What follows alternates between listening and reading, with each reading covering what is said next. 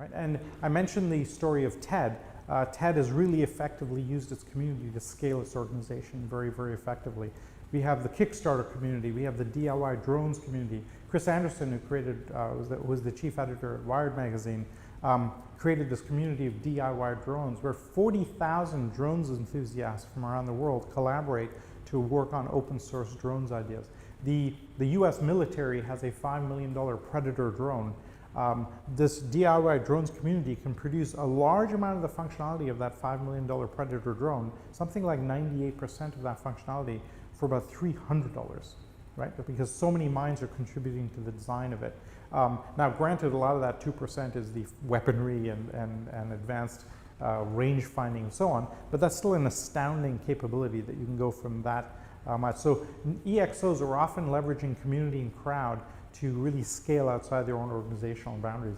Let me distinguish what I mean by community versus crowd, and this kind of set of graph of concentric circles I think summarizes it well. Your community is your employees, your customers, your fans, and all of the people associated, your vendors, your suppliers associated with your organization.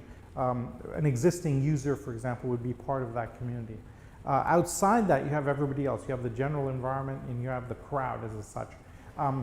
And a community is really important to help scale. And we use loyalty mechanisms, gamification, and so on to keep a community attracted and engaged. We often use incentive prizes to keep bringing a crowd into community. So community is where you go and explicitly create an interest-based environment around your MTP, right? So if you're passionate about drones, like Chris Anderson, you've gone and created a community around that. 40,000 drones enthusiasts is quite a force of nature to contend with. And what potential exists in that possible community, or the TED community, which has really changed the world. XPRIZE, Singularity, all have their own communities in which how to think about the environment. Why it's important is it increases loyalty to an exponential organization, right? It drives exponential growth because you can scale really effectively, and your community can take your MTP and scale it outside your own organization.